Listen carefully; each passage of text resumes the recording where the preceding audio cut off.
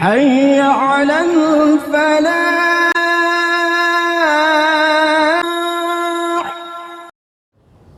الیاس صاحب کیسے ہیں؟ چھوٹی پرچیاں رہتی ہیں انہیں وہ دے دیں۔ آج کی نشست کا پہلا سوال ہے کہ اگر کوئی شخص فوت ہو جاتا ہے تو فوتگی والے گھر کھانا دینا یہ کس کی ذمہ داری ہے؟ ہمارے ہاں ہندو کلچر کی جو باقیات ہیں ان میں سے ایک چیز یہ بھی ہے کوڑا وٹا کہ بھائی تی اساں دیتی ہے روٹی ساڑی باندھی ہے، ما انزل اللہ بہا من سلطان، اللہ تعالیٰ نے یہ خرچے اور ذلتیں بیٹی والوں پر نہیں رکھی۔ جو میت ہے اس کا بھائی، اس کے بیٹوں میں سے کوئی بیٹا، اس کے عزیزوں میں سے کوئی عزیز، کوئی محلے دار، کوئی ہمسایہ، کوئی غنی وہ کھانا دے سکتا ہے۔ بیٹی والوں پر یہ کھانا بطور تاوان کے ڈالنا یہ ظلم ہے جس کی شریعت اسلام کے اندر کوئی دلیل موجود نہیں ہے۔ سوال ہے کہ انسان غسل کرنے کے لیے کپڑے اتارتا ہے تو بیت الخلاء میں داخل ہونے کے لیے بسم اللہ یا اعوذ باللہ من الخبث والخبائث پڑھ سکتا ہے یا ذکر کر سکتا ہے؟ تو پیارے بھائی سطر کھلا ہو انسان ذکر کر سکتا ہے، جیسے کہ اپنی بیوی کے قریب جاتا ہے تو دعا کرتا پڑھتا ہے بسم اللہ اللہم جنبنا الشیطان وجنب الشیطان ما رزقتنا۔ ایسے ہی حدیث میں آتا ہے کانا یذکر اللہ علی کل احیانی، ہر حالت میں اللہ تبارک و تعالیٰ کا ذکر نبی علیہ السلام کر لیتے تھے۔ انسان کپڑے تبدیل کرتا ہے تو بسم اللہ پڑھتا ہے تو برہنہ ہو جانا یہ ذکر کرنے کے منافی نہیں ہے یا معنی نہیں ہے کہ انسان برہنہ ہونے کی حالت میں ذکر نہیں کر سکتا، ایسا کچھ نہیں ہے۔ اسلامی شریعت کے مطابق عاقل کی تعریف کیا ہے؟ پہلی چیز ہے بالغ، کہ بچہ جو ہے وہ بالغ ہو اور بالغ ہونے کے بعد وہ اشیاء کو خرید اور فروخت کرنے کی صلاحیت رکھتا ہو، سوجھ بوجھ ہو اس کو نقدی کی، کرنسی کی، اشیاء کو خریدنے کی، تو ایسے بندے کو بالغ ہونے کے بعد عاقل شرعاً تصور کیا جاتا ہے۔ بعض نے اس کے لیے 18 سال کی عمر جو ہے اس کو بنیاد قرار دیا ہے، اور عاقل سے مراد کہ اس کو شعور ہو کہ میں نکاح کر رہی ہوں، میں نکاح کر رہا ہوں، یہ اس کی ذمہ داریاں ہیں۔ اپنی ذمہ داریوں کا انسان کو جب شعور ہو تو اس کو عاقل کہا جاتا ہے۔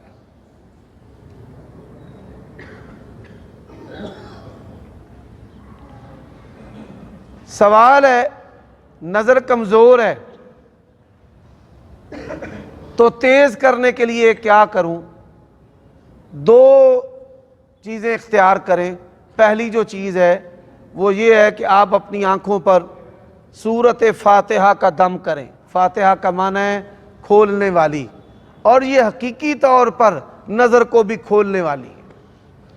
حافظ ابن قیم رحمہ اللہ نے لکھا ہے کہ میں مکہ عمرہ کرنے کے لیے آیا، لا اجد دواء ولا طبیبا، نہ کوئی دوائی ملے نہ کوئی ڈاکٹر، تو میں نے دو شفاؤں کو جمع کیا، زمزم کے پانی پر 100 دفعہ سورۃ فاتحہ پڑھے، وہ پانی اپنی آنکھوں پر چھینٹے مارے، آنکھوں کے اندر ڈالے، اس سے بینائی تیز ہوتی ہے۔ اور اس کے علاوہ ایک نسخہ ہے جو اطباء نے لکھا ہے، ہم نے اس کو بڑا مفید پایا ہے، 4 مغز، بادام اور خسخاس اور سونف اور مصری ہم وزن، یہ نسخہ کھانے سے، سر کی مالش کرنے سے، بڑے بڑے جو بال رکھے جاتے ہیں اس سے بھی انسان کی جو نظر ہے وہ کمزور ہو جاتی ہے، سر میں مالش بھی کرے۔ بہت سے جو عمل ہے بدعات جو ہے خرابات، ان کا مؤخذ جو ہے وہ اکثر ضعیف حدیثیں ہوتی ہیں، تو محدثین نے ان ضعیف حدیثوں کو صحیح ستہ سے کیوں نہیں نکالا؟ سوال ہے بڑی ساری بدعات کی تائید ضعیف روایات سے ہوتی ہے، تو محدثین جو ہیں انہوں نے اس کو سیاستہ سے الگ کیوں نہیں کیا؟ محدثین کے درجات ہیں. پہلا درجہ ہے کہ جنہوں نے صحیح اور ضعیف میں فرق کیا ہے، جیسے امام بخاری اور مسلم، انہوں نے صحیح احادیث کا اہتمام صحیحین میں کیا ہے. بعض محدثین نے موضوع کتابیں جمع کی ہیں ضعیف اور موضوع روایات پر، جیسے ابن جوزی رحمہ اللہ، ملا علی قاری رحمہ اللہ وغیرہ. اور بعض جو محدثین ہیں وہ اتنے بلند پایا ادراک کے حامل نہیں ہوتے کہ وہ ہر صحیح اور ضعیف میں فرق کر سکیں، وہ پھر سند بیان کر کے اپنی ذمہ داری ادا کر دیتے ہیں. اسماء و رجال کا جو پھر ضابطہ ہے اس کے ذریعہ صحیح اور ضعیف کے اندر فرق ہو جاتا ہے. یہ بات یاد رکھیں، اسلام کا کوئی عقیدہ اور کوئی عمل اور عبادت اتنی کمزور نہیں ہے کہ وہ ضعیف روایتوں کے سہارے سے ثابت کی جائے. جیسے نصف شعبان ہے، ایسے ہی وسیلہ کے بارے میں روایات ہیں. اور یہ جو نصف شعبان ہے اس کے بارے میں سلف کے اندر 3 نظریات ہیں، یعنی یوں سمجھ لیں اہل حدیث کے اندر ہی 3 نظریات ہیں. پہلا نظریہ وہ یہ ہے کہ یہ بدعت ہے. دوسرا نظریہ کہ یہ روایات حسن درجہ کی ہیں اور ان پر عمل کرنا چاہیے.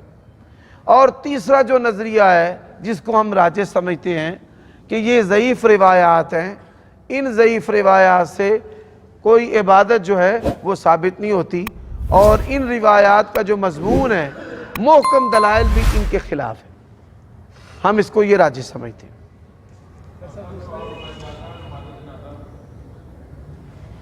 شکر کرنے کے بارے میں بتایا کہ اکثر ہم اللہ پاک کا یہ فرمان ہے کہ شکر کرو گے میں زیادہ عطا کروں گا. اکثر ہمارے ساتھ برا بھی ہو رہا ہے، ہم شکر کر رہے ہیں اس پہ، مطلب کاروبار ٹھیک نہیں ہے، ہم کہتے ہیں الحمدللہ وہ ٹھیک ہے. دیکھیں ایک بات یاد رکھیں، انسان بڑے مشکل حالات سے گزر رہا ہوتا ہے اور کوئی بندہ اس سے پوچھتا ہے بھائی کیسے حالات ہیں، وہ کہتا ہے الحمدللہ. حدیث میں آتا ہے نبی علیہ السلام ہر حال میں کہتے تھے الحمدللہ، الحمدللہ علی کل حال. دوسری بات یہ ہے سبحان اللہ، دنیا میں انسان اپنے سے نیچے دیکھے کہ میرا تو ابھی کچھ ہے، مال پڑا ہے بک نہیں رہا، لیکن ایسے لوگ بھی ہیں کہ جن کے پاس یہ مال نہیں ہے. تو دنیا میں جب نیچے دیکھے تو پھر بھی اللہ کا شکر ہے. اور تیسری بات لَإِن شَكَرْتُمْ لَأَزِيدَنَّكُمْ، اس لیے ہم کہتے ہیں اللہ کا شکر ہے. اللہ تعالیٰ نے قرآن مجید میں کہا ہے کہ اگر تم میرا شکر ادا کرو گے تو میں تمہارا رزق زیادہ کر دوں گا. یہ وجہ، تو شکر ہی کرنا چاہیے. اللہ جل شانہ اس کا شکر کرم ہے ہر حال پر الحمدللہ. ہمارے پیارے نبی کریم صلی اللہ علیہ وسلم کیا صرف انسانوں کے لیے نبی ہیں یا دوسری مخلوقات کے لیے بھی؟ اور دوسرا کیا صرف دنیا کے لیے یا کائنات کے لیے؟ آپ صلی اللہ علیہ وآلہ وسلم کی جو نبوت اور رسالت ہے صرف دنیا کے لیے نہیں ہے، آفاقی ہے. تبارک الذی نزل الفرقان علی عبدہ لیکون للعالمین نذیرا. یہ آیت کریمہ واضح ہے. دوسری بات یہ ہے کہ نبی علیہ السلام کی نبوت اور رسالت کی معرفت صرف ثقلین جنوں انسانوں کو نہیں ہے، دیگر مخلوقات کو بھی ہے، درخت کو، پتھر کو، زمین کو، آسمان کو، جانوروں کو. لیکن مکلف جو ہیں وہ 2 قومیں ہیں، یعنی جانور کے لیے 5 وقت نماز پڑھنا یہ مسئلہ نہیں ہے، یہ ثقلین جن و انس کے لیے مسئلہ ہے. مکلف تو 2 قومیں ہیں، معرفت دیگر مخلوقات کو بھی ہے اور نبی علیہ السلام کی بعثت عالمین کے لیے.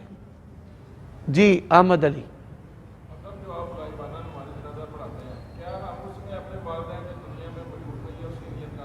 جی کر سکتے ہیں. غائبانہ نماز جنازہ میں اپنے پیاروں جو فوت شدہ ہیں ان کے لیے آپ نیت کر سکتے ہیں. ہاں مجھے اس پہ ایک ایلیگیشن یہ آتی ہے کہ ہمیں کچھ لوگ کہتے ہیں کہ 2 موقعوں کے علاوہ حضور اکرم صلی اللہ علیہ وسلم نے غائبانہ نماز جنازہ جو ہے وہ نہیں پڑھی، تو اکثر یہ نماز جنازہ پڑھانا جو ہے وہ کیسا ہے؟ اب یہاں پر ایک مسئلہ ہے، ہمارے بعض علماء مفتی ہوتے نہیں ہیں، فتوے دینے شروع کر دیتے ہیں، اور بعض علماء سے لوگ پوچھتے نہیں ہیں، تو وہ پھر جو فتویٰ ہے نا اس کے خلاف رائے کا اظہار کر دیتے ہیں۔ حدیث ہے، آپ دیکھیں ہم جو دعا پڑھتے ہیں، اللہم اغفر لی حینا، آگے کیا ہے، ومیتنا، آگے کیا ہے، وشاہدینا وغائبینا، تو غائب کے لیے دعا کرنا تو رسول اللہ کی سنت ہے، ایک بات۔ دوسری بات، نجاشی کی نماز جنازہ رسول اللہ نے پڑھائی۔ بعض کہتے ہیں جی یہ غائبانہ نہیں، کیونکہ آپ صلی اللہ علیہ وسلم کے سامنے سے پردے ہٹا دیے گئے۔ ہم کہتے ہیں جی رسول اللہ کے سامنے سے تو پردے ہٹا دیے گئے، لیکن صحابہ کے سامنے سے تو نہیں ہٹائے گئے۔ کیا وہ یہ کہتے ہیں کہ وہاں پہ پڑھنے والا کوئی نہیں تھا، اس لیے یہ ان پر وحی کیسے نازل ہوئی کہ وہاں پر پڑھنے ہو؟ اللہ تعالیٰ وہاں پہ مسلمان یہ تعویل ہے نا، بادشاہ مسلمان اور وہاں پر لوگ مسلمان نہ ہو سکتا ہے۔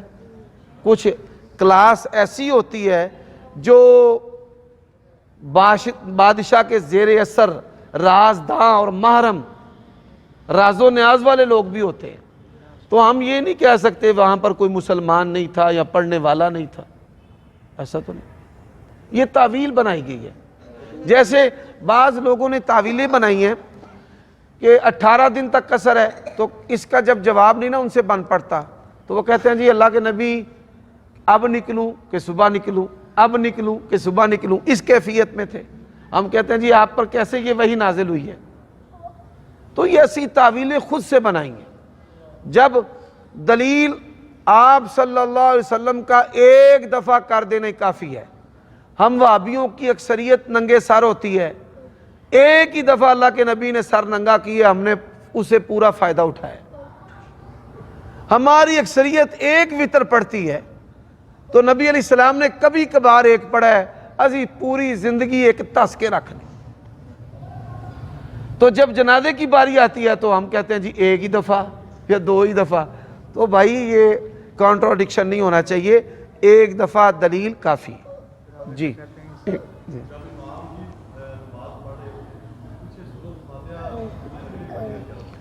سوال ہے، امام نماز پڑھا رہا ہے، مقتدی سورت فاتحہ پڑھے گا، دو حدیثیں ہیں، نبی علیہ السلام نے فرمایا سورت فاتحہ کے بغیر نماز نہیں ہوتی، اور دوسری حدیث ہے کہ امام کے پیچھے سورت فاتحہ پڑھ، رسول اللہ کا حکم ہے، تو آپ اس کے ساتھ ساتھ پڑھ سکتے ہیں، اگر وہ سکتہ وقفہ کرتا ہے تو اس کے اندر پڑھ سکتے ہیں، یہ جائز اور درست ہے کہ آپ سکتہ میں پڑھ لیں یا ساتھ ساتھ پڑھ لیں۔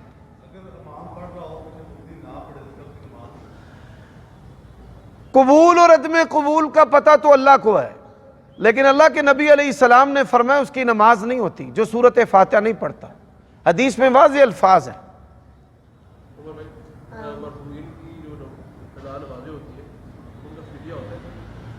دنیا سے جو جانے والے ہیں ان کی قضا نمازوں کا کوئی فدیہ نہیں کہ ماں سوائے آپ ان کے لیے استغفار کریں، اللہم اغفر لہ ورحمہ، کوئی فدیہ نہیں ہے۔ اہل تشیع میں یہ چیز موجود ہے، میں لیتا ہوں کہ جو دنیا سے چلا گیا اس کی نمازیں رہتی ہیں، ہر نماز کا اتنا فدیہ ہے اور اتنے پیسے ہیں، یہ جہالت ہے، ما انزل اللہ بہا من سلطان، اس کی کوئی دلیل نہیں ہے۔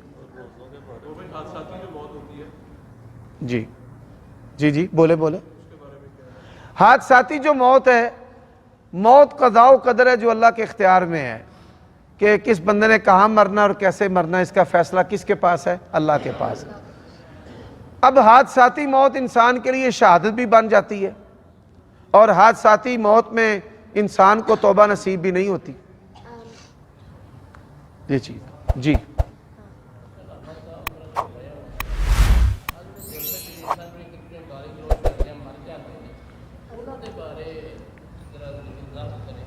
یہ جو سیاسی جتھوں کا پولیس پر چڑھنا اور پولیس کا ان کے اوپر چڑھائی کرنا، اور اس کے دوران جو بندہ فوت ہو جاتا ہے، یہ بات یاد رکھیں، نواز شریف ہے، عمران خان ہے، اللہ کی قسم ہے انہوں نے سیاست دنیا میں بھی آپ کے کام نہیں آنا اور آخرت میں بھی آپ کے کام نہیں آنا، انہوں نے وہاں پر بیزار ہو جانا ہے۔ اور اس جہالت کے دوران جس کی موت ہوتی ہے وہ جاہلیت کی موت ہے. لا اینڈ آرڈر، یہ جو پولیس والے ہوتے ہیں ان کو تو حاکم کہتا ہے روکو. اب پولیس والے بیچارے جو ہیں وہ بھی فوت ہو جاتے ہیں. تو پولیس والے اگر کوئی بندہ ظلم نہیں کرتا، ظلم کا شکار ہو کر فوت ہو جاتا ہے تو اللہ تبارک و تعالیٰ نے اس کے لیے خیر رکھا ہے، خواہ وہ پولیس والا ہو یا خواہ وہ عوام میں سے ہو. لیکن سیاسی جتھوں کا حصہ نہیں بننا چاہیے، حاکم کے خلاف خروج نہیں کرنا چاہیے. مرکزی جمعیت اہل حدیث ہو، جماعت الدعوہ والے ہوں، مولوی فضل الرحمان صاحب ہوں، انس نورانی صاحب ہوں، کوئی بریلوی ہے، دیوبندی ہے، اہل حدیث ہے، حاکم کے خلاف اس کی حکومت کو گرانے کے لیے سڑکوں پر آنا، خروج کرنا، احتجاج کرنا جائز نہیں ہے. یہ ہماری اسٹیبلشمنٹ مختلف مذہبی اور سیاسی قوتوں کو، حکمرانوں کو گرانے کے لیے استعمال کرتی ہے، تو یہ اسلام کے اندر جائز نہیں ہے. نقصان کیا ہے؟ نواز شریف کو گرایا، معیشت بیٹھ گئی. عمران کا تجربہ کیا اور دیوالیہ ہو گیا. اب عمران خان کو نکالا ہے، اب ملک سنبھل ہی نہیں رہا ان سے. اب لوریاں اور تسلیاں دے رہے ہیں ہو جائے گا ٹھیک، اللہ نے کرنا ہے ٹھیک. تو 70 سالوں سے پاکستانی اپنی ہر انفرادی اجتماعی غلطی اللہ کے کھاتے میں ڈال رہے ہیں. اللہ کر دے گا، اللہ کریم ہے. اللہ ان لوگوں کو ہدایت نصیب کرے.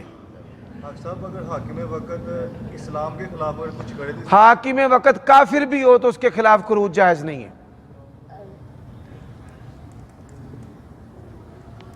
کیا ملتا ہے آپ کو؟ جیلیں وہ بھرتے ہیں، مارتے ہیں، قتل کر دیتے ہیں. اب لاہور میں پرسوں ترسوں جو جوان بیچارہ دنیا سے چلا گیا ہے، اس کے باپ کو تسلی کون دے گا؟ اس کا نعم البدل کیا ہے؟ جو بیچارے پولیس والے مرتے ہیں وہ بھی تو کسی ماں کے بیٹے ہیں. اور کیا دیکھا ہے میں نے؟ دونوں نعرے تکبیر لگا رہے ہیں، نعرہ تکبیر، سبحان اللہ، ماشاءاللہ. اللہ تبارک و تعالیٰ نے نعرہ تکبیر ایسے ظلموں کے لیے رکھا ہے. ناحق اٹھے شمشیر بھی فتنہ، شمشیر کیا نعرہ تکبیر بھی فتنہ. جی یہ سوال ہے. 8 مارچ کو لبرل آنٹیوں نے عورت مارچ کے نام پر بے حیائی پھیلائی. علماء کی محنت سے گزشتہ سالوں کی نسبت بے غیرتی، بے حیائی اس سال کچھ کم تھی. ایک بات یاد رکھیں، اسلام اور ہمارے معاشرے کے اندر عورت کی بڑی عزت ہے. عورت کی بڑی عزت ہے، بحیثیت ماں، بحیثیت دادی، بحیثیت نانی، بحیثیت خالہ، بحیثیت خالہ. جب ہم چھوٹے تھے خالہ کے گھر جانے کا بڑا شوق ہوا کرتا تھا. ہن بڈھے ہونڈے ہیں، خالہ دی محبت اج بھی دلاں دے وچ ہے. آگے ایسے ہی میرے بچے ہیں، ماسیاں، خالائیں سوٹ بنا کر بھیجتی ہیں، کھانے پکا کر بھیجتی ہیں، تحفے تحائف کا تبادلہ ہوتا ہے. پھر بیٹی ہے. یقین جانیے اگر اللہ کا حکم نہ ہوتا، اس کی شریعت کا مسئلہ نہ ہوتا نکاح کرنے کا، کوئی باپ بھی اپنی بیٹی کو کبھی اپنے سے جدا نہ کرتا. آپ کو پتہ ہی نہیں کہ بیٹیاں کیا ہوتی. اللہ کی شریعت کا مسئلہ ہے.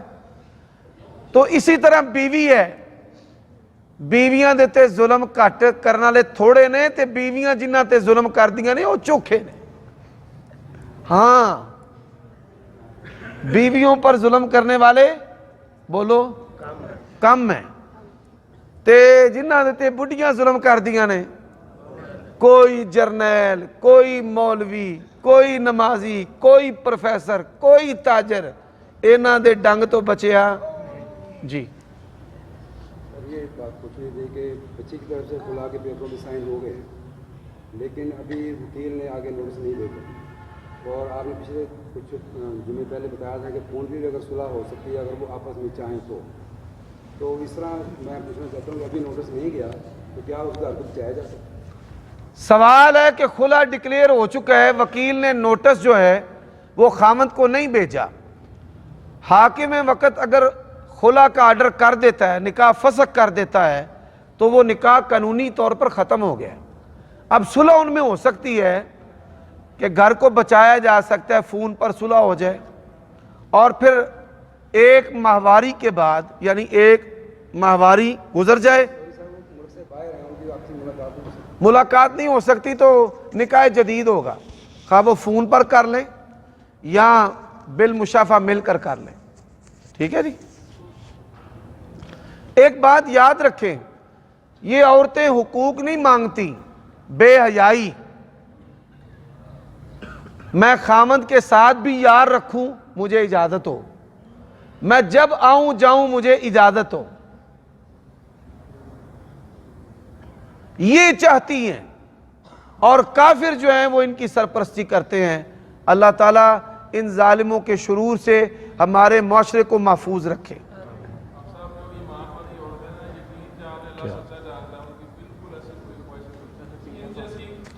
یار ایمان والی عورتیں تو بڑی عظیم عورتیں ہیں. آپ دیکھیں ہندوؤں اور سکھوں کے اندر عورتوں کا کتنا احترام ہے, باوجود وہ کافر ہیں. ہندوؤں کے بعض قبیلوں میں اتنا سخت پردہ ہے کہ ہندو عورت اپنے سسر سے بھی پردہ کرتی ہے. اسلام کے اندر سسر سے پردہ نہیں ہے. راجستھان بانسواڑہ کی عورتیں ہندو ہونے کے باوجود پردہ کرتی ہیں. آپ دیکھیں جب یہ کرونا تھا تو میں انڈیا کے حالات کو جاننے کے لیے, آپ کو پتہ ہے ہمارا ان کا کلچر ایک ہے, زبان بھی ملتی ہے. کوئی بندہ مذہبی غیر مذہبی ہو, اس معاشرے کے ساتھ بالواسطہ یا بلا واسطہ وہ جڑا ہوا ہے. یا اس کے آباء و اجداد مہاجر تھے, ددیال مہاجر تھے, ننیال مہاجر تھے, یا اس کو پتہ ہے کہ جلندھر سے ہیں, امرتسر سے ہیں, تو کچھ نہ کچھ یہاں کے لوگوں میں وہاں کے بارے میں اٹریکشن ہے. تو یقین جانیے میں نے دیکھا ہے نوجوانوں کو اپنی ماؤں کے لیے روتے, ترستے, گڑ گڑاتے کہ ہماری ماؤں کو, ہمارے باپ کو تھوڑی سی آکسیجن لگا دیں. تو یہ چیزیں اس معاشرے میں ہیں, الحمدللہ کافروں کے اندر بھی موجود ہیں. لیکن مسئلہ کیا ہے, وہ کام کافر کرے, سکھ پگڑی پہنے کسی کو تکلیف نہیں ہے, مسلمان پگڑی پہنے تو کیا ہے, بولیں تکلیف ہے. سکھ داڑھی رکھے تکلیف نہیں ہے, مسلمان داڑھی رکھے تو تکلیف ہے. میں شارجہ ایئرپورٹ پر تھا, ہندوؤں کی ایک فلائٹ آئی, وہ شادی پر کہیں گئے ہوئے تھے, تو ساری عورتوں نے پیٹ سے نیچے تک گھونگھٹ پھینکا ہوا, اور رنگ دار ان کے کپڑے تھے, بڑکیلے شوخ. تو مجھے کپڑوں سے معلوم ہو گیا کہ یہ برقعے کے بغیر رنگ دار کپڑے والی جو عورتیں ہیں نا, ہندو معلوم ہوتی ہیں. پھر میں نے ان سے پوچھا تو انہوں نے کہا ہاں یہ ہندو عورتیں ہیں. اب مسلمان ایئرپورٹ پر عورت پردہ کرے سب کو تکلیف ہے, لا پردہ بی بی. میری بیوی بیمار ہو گئی تو ایک ڈاکٹر کے پاس دوائی لینے کے لیے گئے, بخار تھا, تو کہتا ہے نقاب اتارو گے تو میں نے دوائی دینی ہے, ویسے دوائی نہیں دینی. واللہ العظیم یہ میں اپنی مثال دے رہا ہوں کہ مسلمان ڈاکٹر ہے, کہتا جی آپ نقاب اتاریں گے تو میں نے دوائی دینی ہے.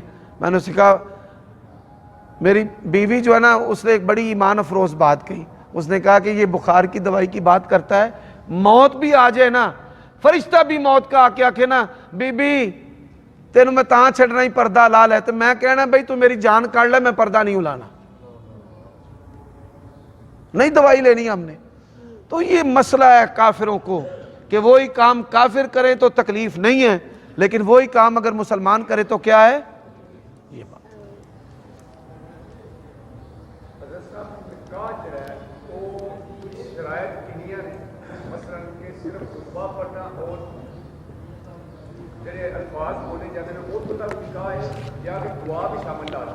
اچھا جی سن لیں, بڑا اہم سوال ہے. نکاح کے بارے میں سب سے پہلی جو چیز ہے کہ آپ اپنے ہم پلہ قبیلے برادری میں دیندار بندہ, دیندار عورت تلاش کریں. ارائی ہیں ارائیوں میں, جٹ ہے جٹوں میں, انصاری ہے انصاریوں میں, رحمانی ہے رحمانیوں میں. برادریوں کے مزاج ہوتے ہیں. میاں بیوی جب ہم پلہ ہوں تو گھر آسانی سے بستا ہے, وگرنہ کئی طلاقیں ہوتی ہیں, برادریوں کے نام ڈالتے ہیں, اس سے گھر تباہ ہو جاتے ہیں. پہلی چیز یہ ہے. دوسری چیز ہے لڑکے اور لڑکی کی رضامندی. اسلام کے اندر پسند کی شادی کا بھی تصور ہے. اگر پسند کی شادی معیاری ہو، یہ نہیں کہ شہوت کی بنیاد پر سوچے اور کہے کہ یہاں پر کر دو، اگر نہ کیا تو زہر کی گولیاں کھا لوں یا کھا لوں گا. تیسری جو چیز ہے وہ والدین کی رضامندی ہے، جسے لڑکی کی طرف سے ولی کی رضامندی کہا جاتا ہے. لڑکی کا ولی راضی نہ ہو نکاح نہیں ہوتا، اور لڑکے کا ولی راضی نہ ہو تو نکاح معصیت ہوتا ہے، نافرمانی والا نکاح ہوتا ہے. اب اس میں چوتھی جو چیز ہے وہ حق مہر کا تعین ہے. پانچویں جو چیز ہے وہ ایجاب و قبول ہے، ایجاب و قبول. اور پھر چھٹی چیز ہے گواہوں کا موجود ہونا، اور اس کی سنن میں سے، سنتوں میں سے ہے خطبہ حاجہ. یہ اس کی سنتوں میں سے ہے، یہ بات یاد رکھیں. اس کے بعد جو دعا ہے وہ رواجی ہے معاشرتی طور پر. انسان یہ دعا دے دے بارک اللہ لکما وعلیکما وجمع بینکما فی خیر، تو یہ درست اور سنت کے مطابق ہے. پیسے ملتے ہیں نا جی ہم مولویوں کو، سیدھی بات ہے. 10,000 دے گا تو لمبی دعا ہے، 5 دے گا تو تھوڑی ہے. اگر اس سے تھوڑے دیے تو مولوی اونجی اٹھ کے روس کے ٹر جانا. آپ نے برادری کے متعلق بات کی ہے کہ کیا یہ بھی ہو سکتا ہے کہ فرضاً کہ لڑکا کہتا ہے میں نے شیعہ گھر میں شادی کرنی ہے اور لڑکی جو ہے وہ مسلمان ہوگی یا ہے لڑکی مسلمان، والدین رضامند نہیں ہوتے اس کے. شادی صرف لڑکی لڑکے کی زندگی کا نام نہیں ہے. جو لوگ یہ سمجھتے ہیں نا کہ شادی جو ہے وہ صرف لڑکا اور لڑکی کا نام ہے، وہ انگریزوں سے متاثر ہے، یا ان میں ایمان نہیں، یا اسلام کے بارے میں معلومات نہیں، احکام سے واقف نہیں ہے. اور والدین کی تسلی کے بغیر ہی لڑکے کو شہوت کے زور پر تسلی ہو کہ کڑی ٹھیک ہے، ایسے نہیں. اللہ تعالیٰ نے والدین کو نکاح میں کیوں رکھا ہے؟ اس لیے رکھا ہے کہ جوانی بے لگام ہوتی ہے. پسند کی شادیاں 90% طلاقوں پہ، خودکشیوں پہ اور جدائیوں دوریوں پہ، تے جڑے 10% وستے نا وہ بھی لڑتے ہی رہندے نے آپس دے وچ. کیا حال ہے؟ بابا کدھر ہے؟ اچھا کوئی بچہ کو جانتا ہے آپ میں سے؟ کوئی محلے والا آپ جانتے ہیں؟ چلو اس کو ذرا چھوڑ آئیں، انہیں 100 روپیہ بھی دینا ہے. چلو میرے پاس ٹوٹے ہے نہیں ہے، میں دیتا ہوں. سبحان. چلو چلو ٹھیک ہے، اس کو دینا، وہ پیسے خرچہ مانگ رہے، ٹوٹے نہیں ہیں.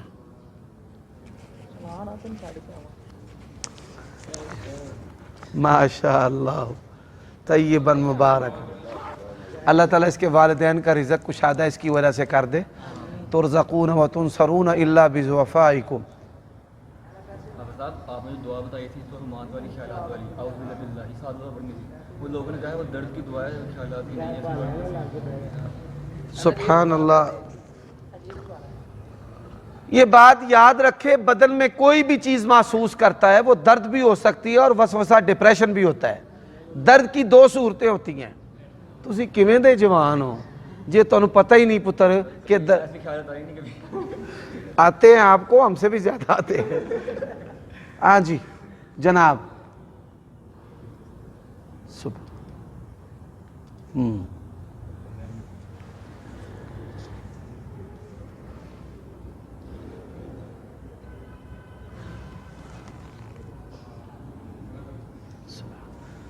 چیز لیا کے دے بھائی، اندر پیسے نہیں لینے، چیز لینی ہے، لیا دے. ہاں چیز نال جوس لیا کے دیں بھائی، گلا نہ خراب ہوئے. سبحان اللہ. باتیں سمجھتا ہے، کہتا ہے میرا گلا خراب ہے. ماشاءاللہ. الحمدللہ الذی عافانا مما ابتلاک بہ وفضلنا علی کثیر ممن خلق تفضیلا. چل یار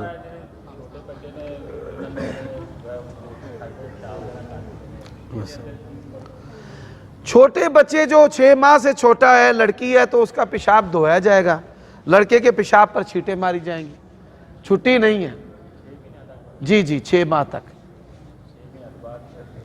دونا جی گیا سبحان اللہ.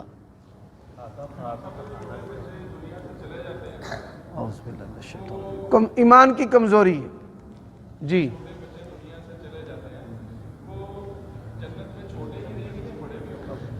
اللہ تبارک و تعالی ہی جانتا ہے. واللہ اعلم بالصواب. قرآن مجید کے جو عموم دلائل ہیں، وَلَكُمْ فِيهَا مَا تَشْتَهِي أَنفُسُكُمْ، اور تمہارے لیے جنت میں وہ ہوگا جو تمہارے نفس چاہتے ہیں. کیا حال ہے جی مولانا صاحب؟ ٹھیک ہے، صحت ٹھیک ہے آپ؟ ماشاء اللہ. شام کے ساتھ لیتا ہوں، ہاتھ سے جو ہے اپنے نقطے سے آگے نکلے گا. اس کی تعبیر نہ لیں، سام سے مراد دشمن ہے. ولا حول ولا قوت الا باللہ. جناب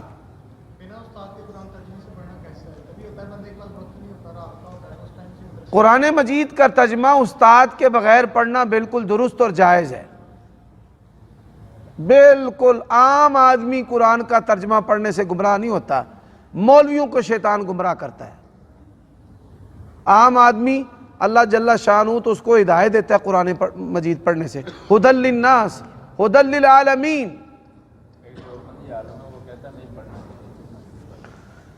اللہ تعالیٰ نے اہل حدیث اہل سنہ والجماعہ کو یہ شرف دیا ہے کہ ہم لوگوں کو کھلی دعوت دیتے ہیں کہ وہ قرآن کا ترجمہ پڑھیں اور حدیث کا ترجمہ خود پڑھیں. انشاءاللہ ہدایت نصیب ہوگی، گمراہی نہیں ہوگی. علی احمد جا بھائی.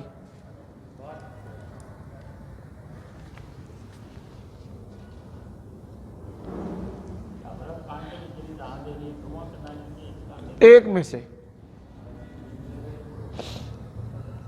سوال ہے، کوئی چیز یاد کرتا ہوں 1 گھنٹے کے بعد بھول جاتی ہے. دماغ تیز کرنے کا وظیفہ، دماغ کو تیز کرنے کا وظیفہ ہے دماغ میں سے سیکسی خیال نکالیں، لمبے سجدے کریں، یاریاں دوستیاں عشق مشوقیاں سب دماغ سے نکالیں، انشاءاللہ حافظہ تیز ہو جائے گا.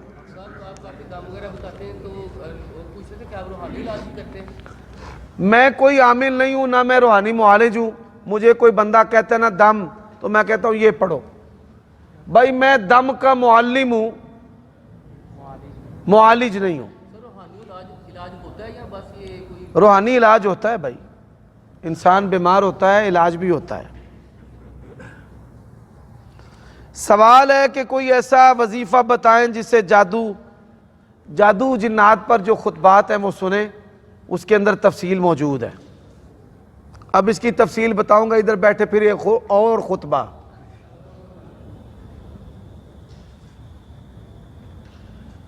کر صاحب یہ صبح شام کی جو سے اذکار ہے اس کی ٹائمنگ بتا دیں کتنی کیا ٹائم؟ بالغدو والآصال، عصر سے لے کر شام تک کا وقت، عشاء سے پہلے شام سے پہلے یہ آصال ہے. عصر کی نماز پڑھنے کے بعد آپ شام کے ذکر کر سکتے ہیں، فجر پڑھنے سے پہلے بھی کر سکتے ہیں، فجر پڑھنے کے بعد بھی کر سکتے ہیں. فجر سے کب تک؟ صبح کے سورج نکلنے تک کر لیں، سورج نکلنے کے بعد بھی کر لیں، وسعت ہے اس میں. ٹھیک ہے، صحیح بیٹھیں، ذرا چونکڑی ماریں جناب. ہاں 10 منٹ 15 منٹ چھوٹیاں باہر آئی ہیں، میں ان کو گھر چھوڑ آئے، میں ادھر ہی ہوں. سوال ہے، 1 سال ہو چکا ہے، 1 لاکھ روپے رقم پڑی ہے، کبھی بڑھ جاتی ہے کبھی کم ہو جاتی ہے، تو اس پر زکوٰۃ ہے. 52 تولے چاندی کی قیمت. 1 تولہ چاندی اس وقت کتنے کی ہے بھائی؟ کوئی سنیارا نہیں بیٹھا ہوا؟ آج چاندی کا ریٹ لکھیں بھائی. ہاں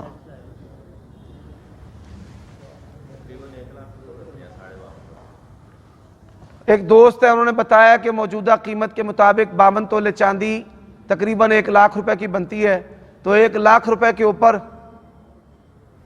2500 روپے 2500 روپے زکوٰۃ ہے، دینا پڑے گی.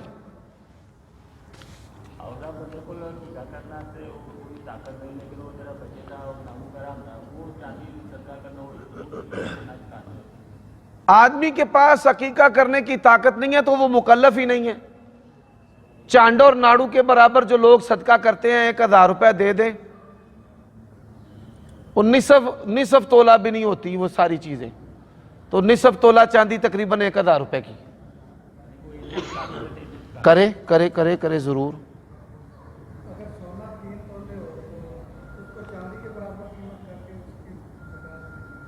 سونا بطور زیور کے ہے تو اس کا نصاب 7.5 تولے ہے, اور بطور نقدی کے ہے بسکٹ لے لیے, پیسے سیو کرنے کے لیے لے لیے. لوگ کیا کرتے ہیں آج کل, پاکستانی پیسوں کے پلاٹ لے لیتے ہیں, یا درہم دینار لے لیتے ہیں, یا پاؤنڈ یورو اور ڈالر لے لیتے ہیں. زیور کا نصاب جو ہے وہ 7.5 تولے ہے. سوال ہے کہ کئی دفعہ آپ یا علماء وظائف بتاتے ہیں کہ یہ وظیفہ کرو اس عمل کے لیے, تو وہ کام ہوتا نہیں ہے. میں بھی 1.5 سال سے کر رہا ہوں, کچھ نہیں ہوا.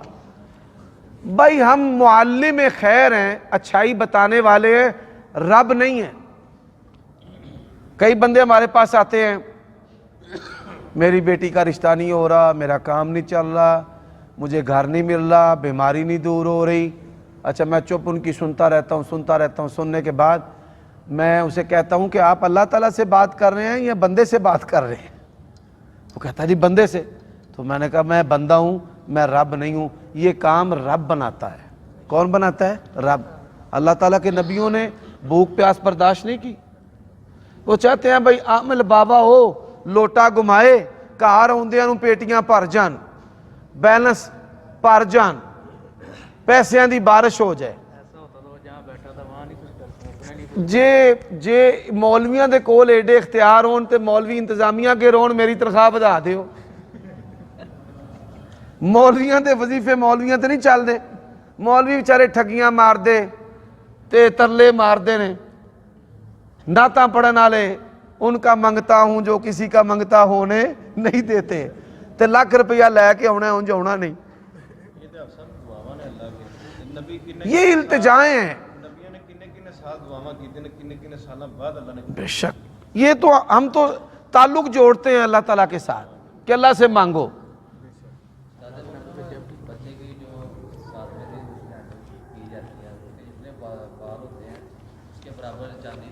یہ روایت سے ثابت ہے, بالکل ثابت ہے. سوال ہے کہ بچے کی جھنڈ کے برابر مقدار چاندی صدقہ دینا یہ عمل درست ہے؟ جی ہاں, ایسے احادیث اور آثار موجود ہے, یہ عمل بالکل درست ہے. اگر کوئی بندہ طاقت نہیں رکھتا تو وہ تو مکلف نہیں ہے. جو بندہ غریب ہے وہ تو مکلف نہیں. سبحان اللہ, اللہ کی قسم ہے, اسلام کے کیا کہنے. دنیا کے ہر نظام میں کوئی کتنا مرضی غریب ہو, لوگ اس سے جبری ٹیکس لیتے ہیں. اور اسلام واحد دین ہے, بندہ غریب ہے احکام اٹھتے جاتے ہیں. مثال, غریب ہے نہ عمرہ ہے نہ حج ہے, غریب ہے زکوٰۃ بھی نہیں, دیہڑی دار ہے کمائے گا روزہ بھی نہیں,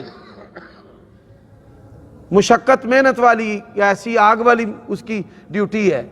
تو جتنا غریب ہوتا جائے گا احکام اٹھتے جائیں گے. پھر غریب ہے, اللہ کہتے ہیں او مال آلے ہو تھوڑی کوئی شے قبول نہیں جی ہونی, انہوں دیو, اس کو دو. آپ کے محلے میں کوئی مستحق ہے اور آپ اس کی طرف توجہ نہیں کرتے, مارے جاؤ گے, پھڑے جاؤ گے. ہاں جی بے شک.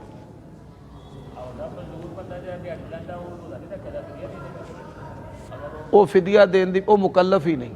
یہ مسئلہ میں نے کیا نہیں کبھی, اس کو بس یہیں پر کیموفلاج کر دیں.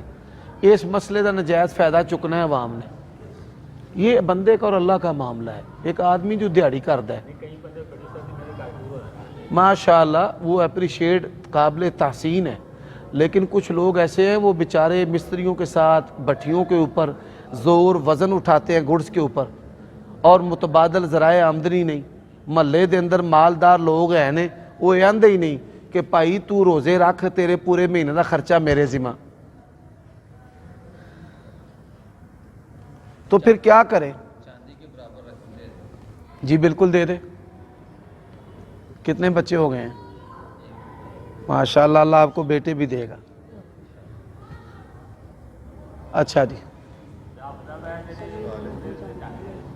جی فرمائیں.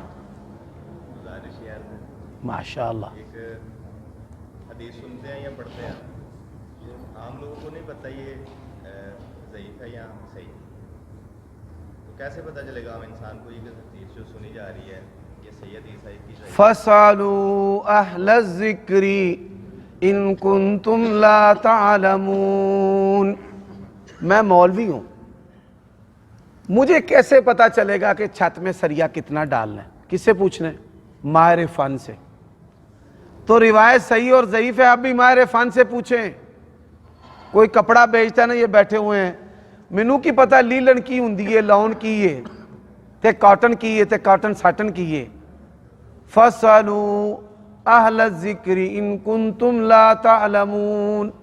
اللہ تعالیٰ نے کہا ہے کہ اہل علم سے پوچھ لو, اہل ذکر سے, اگر تمہیں علم نہیں ہے.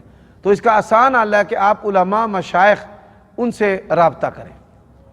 کیا ضعیف حدیث جو ہے وہ بیان کرنا بدعت کے ذمہ میں آتا ہے؟ نہیں, ایسا نہیں ہوتا, ایسا نہیں, ہم مطلقاً ایسا نہیں کہہ سکتے, مطلقاً ایسا نہیں کہہ سکتے.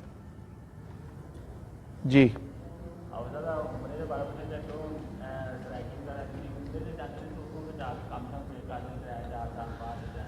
لوگ یہاں پہ عمرے پر جا کر خرگوش ہو جاتے ہیں اور کماتے ہیں. کمائی تو حرام نہیں ہوتی, لیکن حاکم کی معصیت, نافرمانی, یہ گناہ ہے. انما الطاعۃ فی معروف, نیکی میں حاکم کی اطاعت ہے. تو جب آپ حاکم کی اطاعت نہیں کریں گے, فتنے بھی پیدا ہوں گے, اور حاکم کی اطاعت نافرمانی یعنی اطاعت نہ کرنا, نافرمانی کرنے کا بھی گناہ ہے.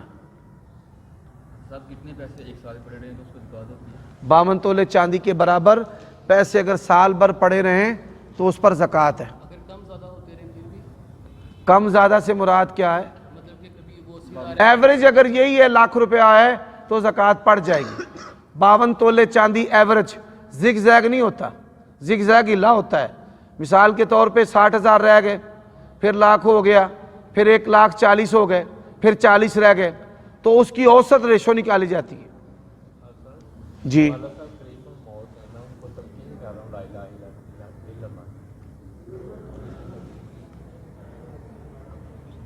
خواب کے اندر دیکھنا کہ والد قریب المرگ ہیں اور بیٹا ان کو تلقین کر رہا ہے لا الہ الا اللہ کی, خیرن, وہ اپنی اولاد کی اچھائی اور خیر پائے گا انشاءاللہ, انشاءاللہ.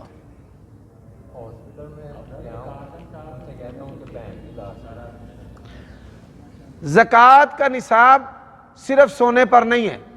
اگر بندہ کہتا ہے کہ زکوٰۃ کا نصاب سونے پر ہے تو 30 گائیاں بھی نصاب ہے. اب سونا جو تولا ہے وہ کتنے کا آج کل؟ 2 لاکھ روپے کے قریب ہے یار, 2 سے 2.5 لاکھ روپے. اور ایک گاں جڑی ہے وہ کنے دی ہے؟ 5 لاکھ دی. تے 3 گاواں. اسلام کے احکام نیچے سے شروع ہوتے ہیں, نیچے سے اوپر, اوپر سے اوپر نہیں. ایک بندہ کہہ لے جی نصاب سونا ہے, اگلا کہے گا نہیں 40 بکریاں نے, اس سے اگلا کہے گا نہیں 30 گائیاں ہیں. اب 40 بکریاں, ایک بکری جو ہے وہ 40,000 کی ہے, 30,000 کی ہے ہمارے ہاں, چھوٹی سی بکری اتنی سی. تے 40 بکریاں گن لو کنے لاکھ بندے نے, تے گاواں 3 گن لو کنے کروڑ تو اتنے رقم بن جاندی ہے. اس لیے جو لوگ یہ کہتے ہیں کہ سونا نصاب ہے, ان کی بات غلط ہے. سن کے محمد علی مرزا دا امت دا بیڑا گھر کو چل رہا ہے. اوے مفتی نہیں جے, اوے یہ اگلے جمعے رتیا پانچا کریں گے یار.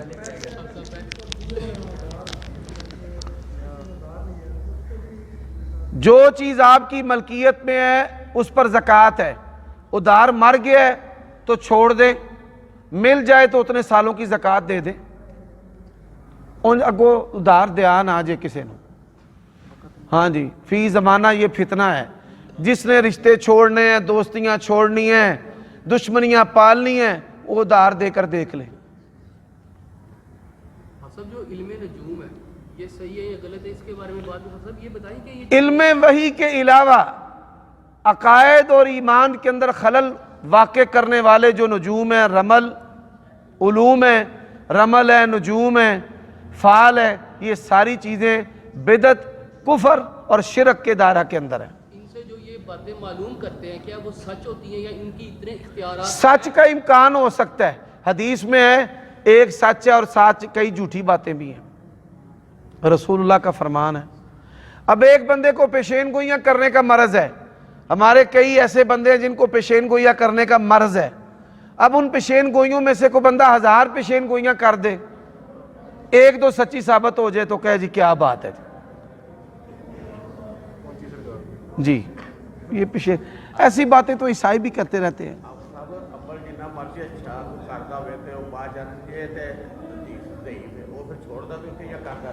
جب یہ ثابت کوئی آدمی عمل کر رہا ہے اور اس کو پتہ چلتا ہے کہ یہ روایت ضعیف ہے، اگر عمل جائز ہے تو جاری رکھے، یعنی اسلام کے خلاف نہیں تو جاری رکھے، نیکی کرنے پر اللہ تعالیٰ اس کو اجر دے گا۔ لیکن اگر وہ ایسی چیز، ایسی روایت ہے جس سے انسان کے عقیدے میں فرق آتا ہے یا دیگر صحیح اعمال چھوٹ جاتے ہیں تو پھر اس کو ترک کر دیں۔ اچھا جی، سبحانک اللہم ربنا و بحمدک اشہد ان لا الہ الا انت، بس